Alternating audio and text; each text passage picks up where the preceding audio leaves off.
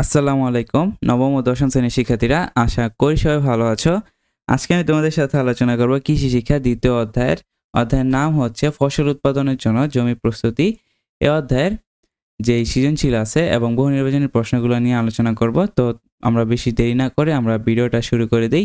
তো দেখো, অধ্যায়ের দ্বিতীয় পরিচ্ছেদ দেখতেই পাচ্ছ, ফসল উৎপাদনের জন্য জমি প্রস্তুতি। তো এই অধ্যায়ের আমরা সৃজনশীল এবং বহু নির্বাচনী প্রশ্নগুলো নিয়ে আলোচনা করি। তো ওকে, আসো। তো প্রথমে বহু নির্বাচনী প্রশ্নটা কি দেওয়া আছে? আলুর কোন রোগ ব্যাপক ক্ষতি করে? আলুর মরক রোগ কি ব্যাপক ক্ষতি করে? 2 নাম্বার হচ্ছে পুকুরের পানিতে দ্রবীভূত অক্সিজেন কমপক্ষে কত ভাগ হওয়া প্রয়োজন? কমপক্ষে 5 মিটার বা গ্রাম বা লিটার। ঠিক আছে। ওকে, দেখো, গোল আলুর মরক দেখা দেয় কিসের মধ্যে?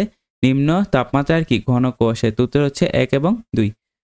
তারপর দেখো একটা উদ্দীপক। ফরিদা বেগম তার বাড়ির দক্ষিণ পাশের 15 শতকের একটি পুকুর মাছ চাষের জন্য প্রস্তুত করেন। তিনি তার পুকুরে উপযুক্ত মাত্রায় সার ও চুন প্রয়োগ করেন। পোনা ছাড়ার পর দেখা গেল অধিকাংশ পোনাই মারা গিয়েছে। ফরিদা বেগম পুকুরের জন্য কত কেজি চুন প্রয়োগ করতে হবে? তো কত কেজি চুন প্রয়োগ করতে হবে? উত্তর হচ্ছে 30 কেজি চুন প্রয়োগ করতে হবে।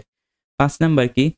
পুকুরের পোনা মাছ মারা যাওয়ার কারণ কি? পুকুরের মোরা মাছ মারা যাওয়ার কারণ হচ্ছে পানির তাপমাত্রার পার্থক্য আর ক্ষতিকারক পরজীবীর আক্রমণ। যে 1 আর 3 নাম্বারটা হবে উত্তর, 2 নাম্বারটা হবে না। আর কি অক্সিজেনের ভিন্নতা, এই দুইটা কারণে পানির তাপমাত্রা আর কি অক্সিজেনের ভিন্নতার কারণে কি হয়েছে? এই পুকুরের পোনা মাছগুলো মারা যাইতেছে। ওকে, তো আমরা প্রথমত 1 নং সৃজনশীল নিয়ে আলোচনা করি। তো 1 নং সৃজনশীলটা কি দেখো? কনক বড়ুয়া পশুপালনের জন্য চারণভূমি তৈরি করেছেন। বর্ষা মৌসুমে তার চারণভূমিতে ব্যাপক হারে ঘাস উৎপাদন হলে শুষ্ক মৌসুমে ঘাসের চাহিদা মেটাতে পারে না।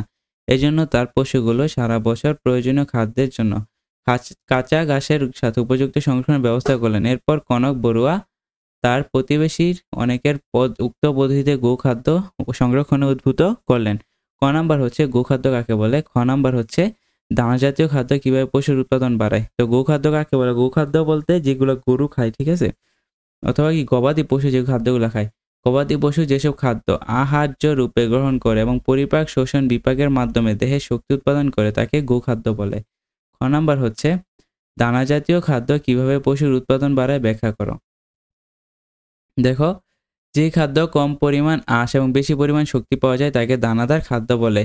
ফিশ মিল, ফেদার মিল, গম, ভুট্টা, খুদ, খৈল, ভুসি ইত্যাদি দানাদার খাদ্য। এসব খাদ্যে প্রচুর পরিমাণে শর্করা, আমিষ স্নেহ থাকে যা পশুর দৈহিক বৃদ্ধি, ওজন, দুধ উৎপাদন করে। এ থেকে বোঝা যায় যে দানা জাতীয় খাদ্য গবাদি পশুর উৎপাদন বৃদ্ধি করে।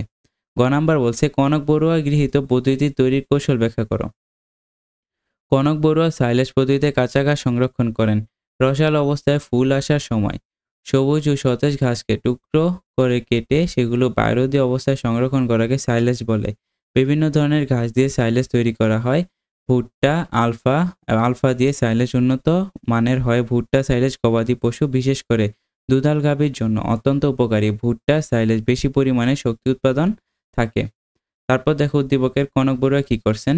উদ্দীপকের কনক বড়ুয়া ভুট্টা গাছের গোড়ায় কালো দাগ আসার সাথে সাথে সাইলেজ পদ্ধতির জন্য ভুট্টা গাছ কাটেন।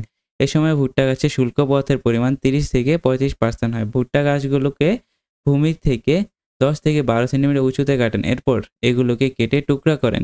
তারপর কি টুকরা করা ঘাস গর্তে বায়রোদী অবস্থায় রেখে দীর্ঘদিন সংরক্ষণ করেন। এভাবে সংরক্ষণ করলে কোনো পুষ্টি উপাদান না হারিয়ে দীর্ঘদিন সংরক্ষণ করা যায় এবং প্রয়োজন অনুযায়ী যে কোনো সময় পশুকে সরবরাহ করা যায়।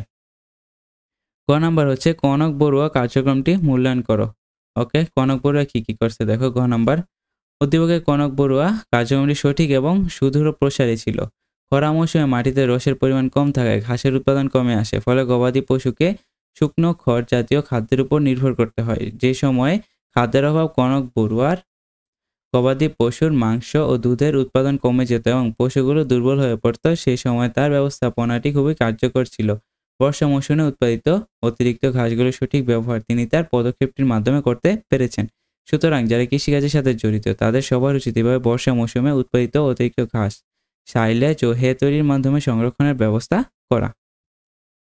তো শিক্ষার্থীরা, আজকে আমরা দ্বিতীয় অধ্যায়ের 1 নং সৃজনশীলটি নিয়ে আলোচনা করলাম। পরবর্তী ক্লাসে আমরা 2 নং সৃজনশীলটি নিয়ে আলোচনা করব। তো তোমাদের যদি আমার ভিডিওগুলো ভালো লাগে তাহলে আমাদের চ্যানেলটিকে সাবস্ক্রাইব করে দিও।